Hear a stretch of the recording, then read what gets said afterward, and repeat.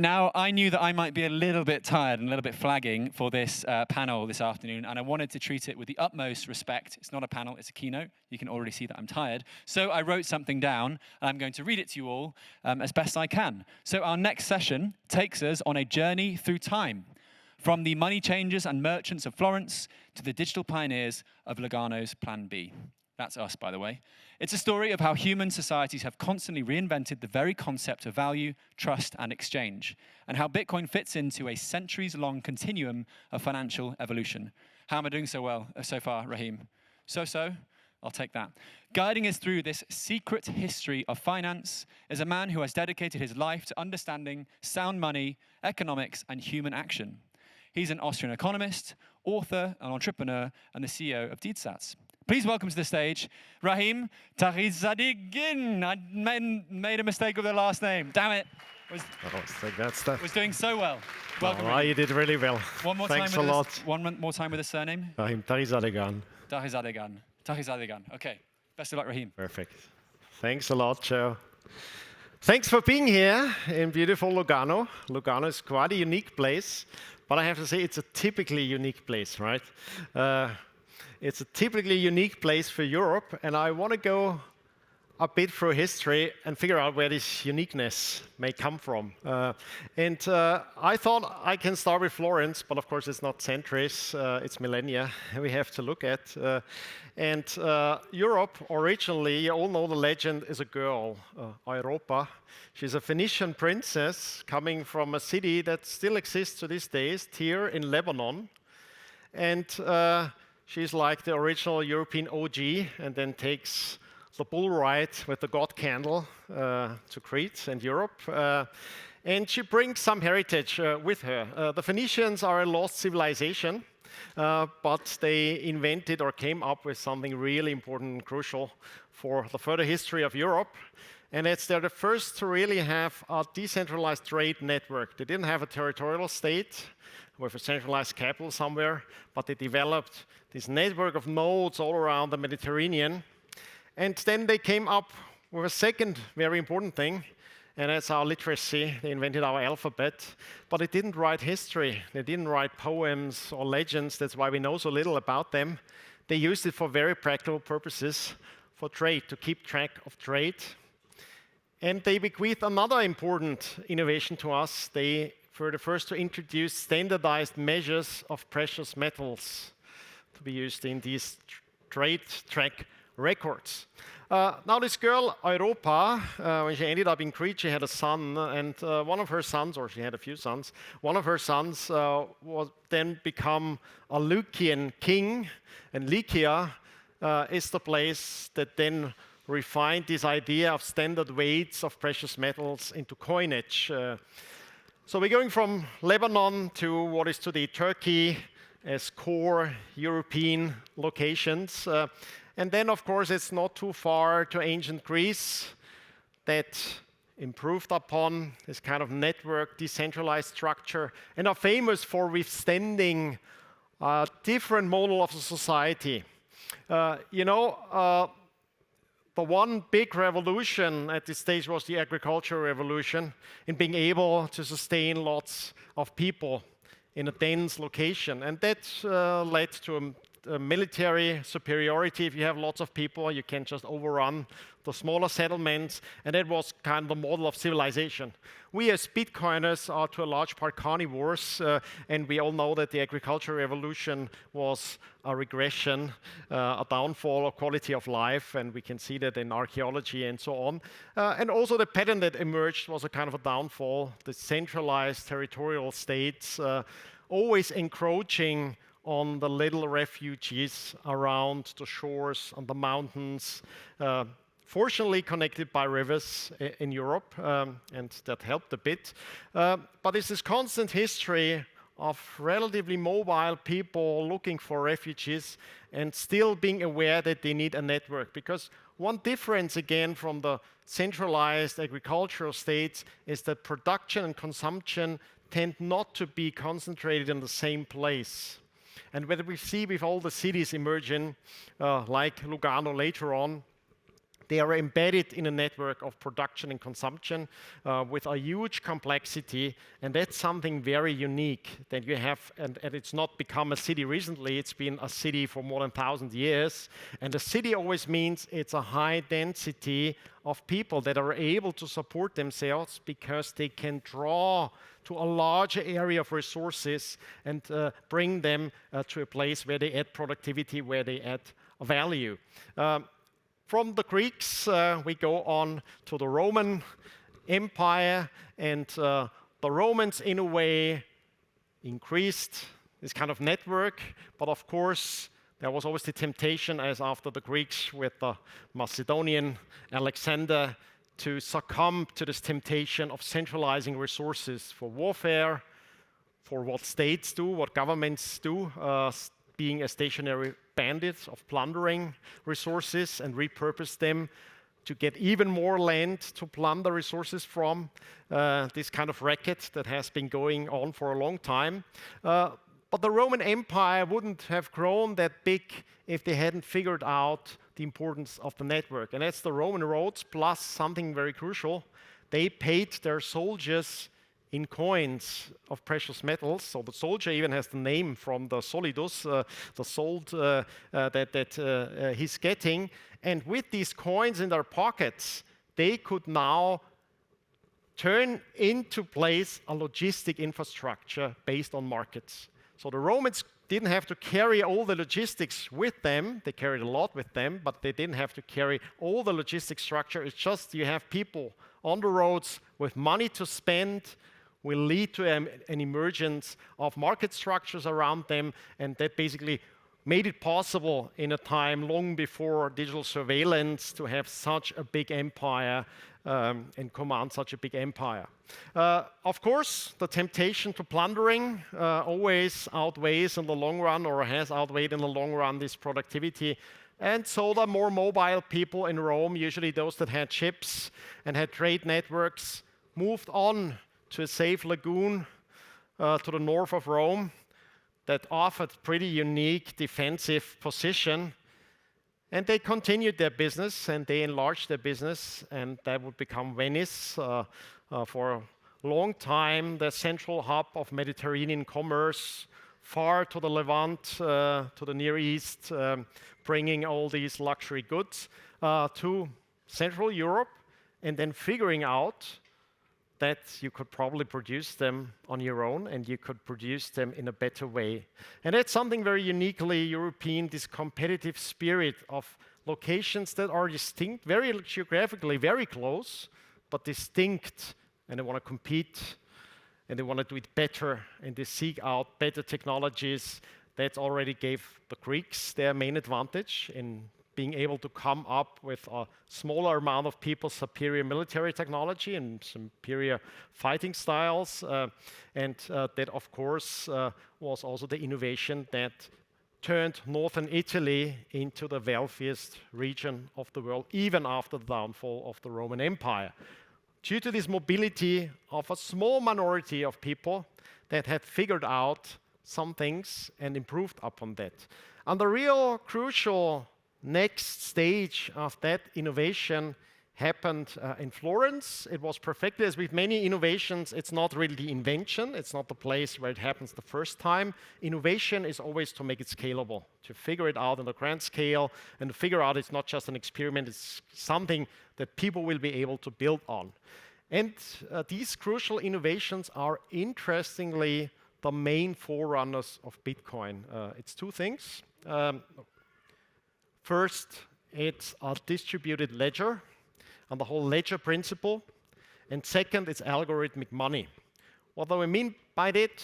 The ledger principle is, of course, with the Italians, it's the ledger of accounting, with the double entry bookkeeping, that made it possible to have a more distributed ledger. It's not one ledger because you always match two sides, so you can have different ledgers and you match them like a puzzle in a piece. So you have a kind of primitive, but still extremely functional, underrated technology of a distributed ledger. Why algorithmic money? The Florentines figured out something else. There was a huge mix and complexity of different coins and coinages, and of course the historically ever-present temptation of lowering the value and increasing the supply of the coins that you provide the population with. And the merchants figured out probably we should abstract everything away that we can from a kind of measure unit and figure out what's the most algorithmic thing about it. So what's the thing that human beings can change? So it's not the face, it's not the number on the coin, it's physics of the coin.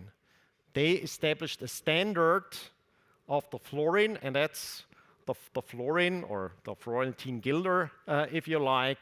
It's an algorithmic standard because it only refers to a certain purity. It's 24 karat of gold, and it refers to a weight that everyone can measure, that everyone can verify, which is an algorithm. You have you give a procedure to people that you can share. It's an open source knowledge, and everyone who knows that standard can verify it in a distributed structure. And that was a phenomenal success story, not because they minted so many coins, they didn't. It's because they found a standard that did not depend on the coin.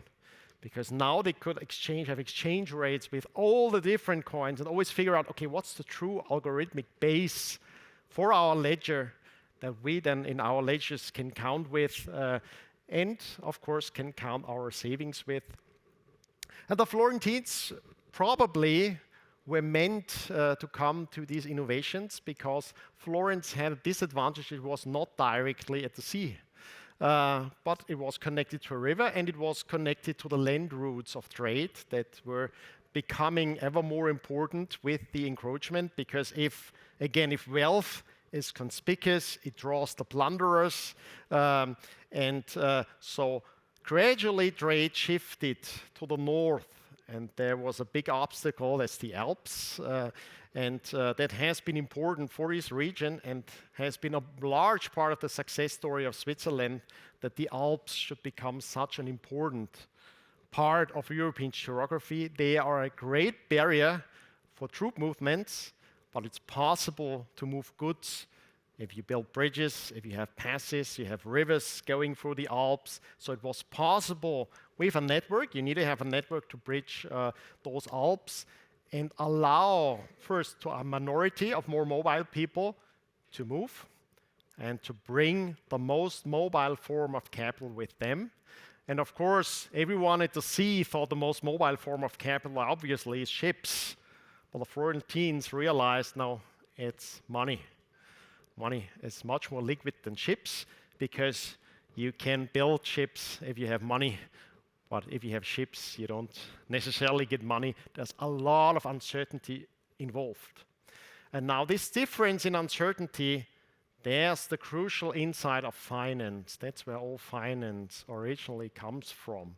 When you have trade over difficult routes and difficult networks, you figure out it's not only a trade in space, it's always a trade in time. And trade in time always implies uncertainty. And people dislike uncertainty. They shy away from uncertainty. They are not in equal position to carry the burden of uncertainty. So even more important than the division of labor that the economists realized relatively late is a division of uncertainty. You need to have people competent enough to understand uncertainty, to understand that people have a different preference for risk and capacity to carry the burden of uncertainty, and you have to differentiate and divide this kind of uncertainty. And that's the reason why Florence became one of the most important places for maritime insurance. That's one way to deal with uncertainty. Why it was an important place for the Compagnia, basically the shareholding company, because you realize every ship is a venture, and it's a very risky venture. But if you have 10 ships or 100 ships, you can calculate a risk. Then it's not uncertainty anymore. Then it's like if 8 out of 10 ships, or if 2 out of 10 ships make it, you can calculate with that, and you can figure out if it's profitable or not. And it doesn't seem that uncertain anymore. But in order to do so, you need to have fractional ownership in those ships, and that's what the companias are for. You have partners partnering in various different ships from various different locations That's another stepping stone, how to deal with uncertainty. So even though they had the hardest possible money at the time, they needed finance to bridge this uncertainty. Another stepping stone for them was, in order to finance these trade routes, you have payment terms, of course, and there's always a credit component, and there's always a trust component. Someone has to take delivery, he has to wait for the delivery, there needs to be payment, but the settlement is not exactly the same time as the delivery of the goods, the shipment of the goods, or there's a lot of different stations in time. And in order to cope with that, usually you'd have some kind of discounting mechanism, and it looked conspicuously like interest. And of course, in Europe at the time, the regulatory authorities, which were more inspired by the church, thought that interest is really problematic. And of course, the basic insight is true, that there's something problematic about credit, and it, of course, has been abused, and that's the story of the downfall of the Lombardian cities that I'll talk about in a minute, maybe. But there is no trade without dividing this kind of uncertainty. So they figured out how, by using a new form of credit instrument that needs paper, that needs writing, that needs literacy and numeracy, you could make credit tradable, and he called it the bill of exchange. And that's a large part of the origins of modern banking. And it's basically, you have a way to deal with the uncertainty of trade and to finance trade and to finance production through the different stages of production. I think it's an interesting kind of money market-produced kind of credit that is self-liquidating, that you always have a clear term limits, always after 30 days. It has to be settled. It always settled in the hardest money possible. That's this base layer. And it's always depending on the assessment of other merchants, how liquid those goods are, how close they are to the market, how marketable they are. And they are measured in the most marketable good, that's money, and the difference in marketability is exactly that discount rate that you had to conceal and not call an interest, but it's basically due to a misunderstanding of this uncertainty, because people thought at the time it's like selling time, it's selling dependence. Now it's just figuring out the division of uncertainty where you have these price differences, and they are quite natural. But the hard way, in a very pragmatic way, they figured that out, and they were able to deal with these kind of structures. The temptation and the problem with the kind of credit finance is, of course, if someone controls the ledger, that could become interesting. And can have quite an impact. And then the question is, how do you deal with this uncertainty? And there was an artificial certainty that always came in handy. You know, like two things are certain: death and taxes. And it's, of course, it's much more certain to take away money someone has already earned than to earn it. And that's proved to be the best collateral. And that was the unfortunate tendency. And the Italians, of course, the Florentines, competed, and they lost out against the Genoese in this market, providing the stationary bandits with credit for the collateral that was the privilege to plunder people. And they really gave it out as a collateral. And they monetized this privilege to get taxes. And you had private people that already started in the Roman Empire, so it was an old invention, but was innovated. And then the Italians lost out to the Germans. It was in particular Southern German merchants that learned from the Italians. They had sent their kids to cities like Florence to learn from those merchants, and they applied these principles, but they were closer to the territorial states emerging. And then they realized, first, it can be good business. In particular, they figured out if you control the places where the money is produced, and that was the mints, so the mines, and then the mints. And the Alpine region was quite crucial for that because it had a lot of deposits of silver originally. There was also gold and copper, but it was mainly silver, the monetary metal at the time that was then to replace the gold florin standard. And why was silver more attractive? Because it could be controlled in a few locations. Once you control the mine as a feudal lord, you can pledge that to the person giving you the credit. The person making a lot of money with that kind of lending activity, of course, reduces the amount of trade finance is doing, because it's now a better way to make money. It's a very risky way, but if you like risk, and that's you're emergent because you like risk, you take it. They started funding then, of course, future emperors and figuring that out. Okay, what do they need credit for? Not only to wage wars, but also in preparation to waging wars is to becoming an emperor. And it was the southern German merchants like the Fuggers and the Welser that financed the Habsburg house and basically created the Habsburg house, a small Swiss house that was turned into one of the biggest ruling families of Europe. Not mainly to their own capacity. They had some competent people like Maximilian who figured out this win-win deal between merchants and centralized state structures. But due to also the genius of those merchants that succumb to the temptation, if you control the levels of credit, it seems always like the low-risk thing is the money market game, is to speculate in treasuries, in government debt, because that's the potentially unlimited demand for debt, and it has potentially the safest collateral, that is the certainty to plunder people and not the uncertainty of entrepreneurship that you have to compete with. So that, of course, is part of the history of the downfall of Italy. Fortunately for Europe, people were mobile. They could go across the Alps.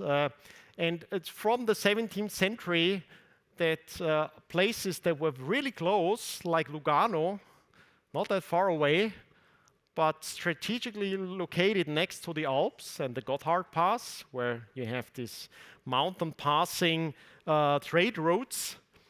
But being in the 17th century the more neutral and the lower tax jurisdiction. Even though it's an Italian-speaking city, it's a different political entity, and so it paid for Florentine merchants to move to Lugano, and it paid even for German merchants to compete. So the first venture capitalists in Lugano, that a bit belated but quite early, turned a very early textile industry in something for the world markets, were the Welser. These are one of the South German merchant families that invested heavily in Lugano's textile industry and then silk industry. That, of course, was the basis of the first Swiss industrialization that then passed on using water as a source of energy pretty early, using dyes, different dyes, like the Phoenicians. They got their name from the purple dye that they used for textile production. And the Italians already had replaced in quality their former suppliers in the Near East in producing textiles, and that passed on. And it passed on to southern Germany, and then it connected to the more northern trade routes, and it became more important to not only move to Lugano as one of the many more neutral, less tax-heavy places, but to go even further north to another coast, to another sea access. And that's, of course, the Baltic region, the North Sea region, where the Hanseatic League would emerge as a new center with a lot of continuity. And that's not seen because it's a minority. It's families that send their children to go abroad very early and to study abroad and have all this structure of contours and invent media with the first networks of news sent around in these trade networks, which just like family-based structures, and is this typically uniquely European setup that it's not a territorial thing. It's not like, oh, I'm now moving from Germany to Italy. It's like, no, I'm part of the German nation, which is just a term for the small group of German merchants in a city like Florence. You would call them the German nation. It's just a group of Germans that are there to study, to learn, to become literate, to learn from the other merchants, and figure out that the trade network is not only a network for trade goods, the crucial thing, and that's the overseen thing, it's a network for money. And that's where really Bitcoin seems to complete this kind of innovative circle, because Bitcoin uniquely, it has the soundness of the asset, the algorithmic limitation, the trustlessness of not needing someone to print on it. Well, I endorse this Bitcoin, that's why it's valuable kind of thing. It's verify the supply, verify the algorithm, the software behind it. Bitcoin is two things at the same time. That's also Bitcoin, the network. It's a network of distributed nodes, so it has both things within it, but still, I think we can learn from the old Italians and the people in Lugano. It has to leverage this network potential. It has leveraged quite a lot to get this process of monetary adoption, which is a unique thing, but it was not the first time that people discovered this kind of the advantages of algorithmic money if you leverage it with a network. But still, I think we have a long time to learn about how to leverage what finance originally did to figure out how to divide these uncertainties still around it. And we slowly have lots of experiments trying to figure out what it means, how you can bridge Bitcoin to different risk preferences, how could you make it useful to finance trade, to finance joint ventures, companies. And then there's a potential misunderstanding about Bitcoin. People think that Bitcoin is trustless, that means you won't need trust anymore. That's not true. Bitcoin reduces trust in the monetary layer, which is great because it opens up trust for better leverage. You don't waste that much trust, because if you have to waste trust on money, on figuring out, is that with you're paying with, is it falsified, what's the current exchange rate kind of thing, the transaction costs are so high, and trust will always disappear, and you'll spoil it in the conflicts about that. We had the issue when cattle are a pretty sound form of money. It's still used in some societies. It's not fungible enough, so you have constant conflicts. It's like, of course you give me the oldest kind of cattle you have to pay me with because it's not fungible. And then you have conflicts, and then you can't develop trust, because Bitcoin would have the advantage of necessitating less trust. It could open up and leverage the great thing about trust, that it helps us to cope with uncertainty. That's inevitable. That's always around us, because that's how our world is shaped and meant to be, that we can learn, that we are not determined by what is and what has been, that things sometimes seem to repeat, but start anew as well. So I'm really hopeful that the story not from Florence, but even earlier on to Lugano, can be a kind of inspiration to go now from Lugano onwards and figure out how important this mobility of capital has been in the past, the mobility of people has been for the European identity as well, how important networks of people have been, and it never was the situation that you had 90%, 95% of people figuring it out and being part of the networks. It just needs small groups of people that are these neuralgic people in the spots to form the network, to have something bigger grow.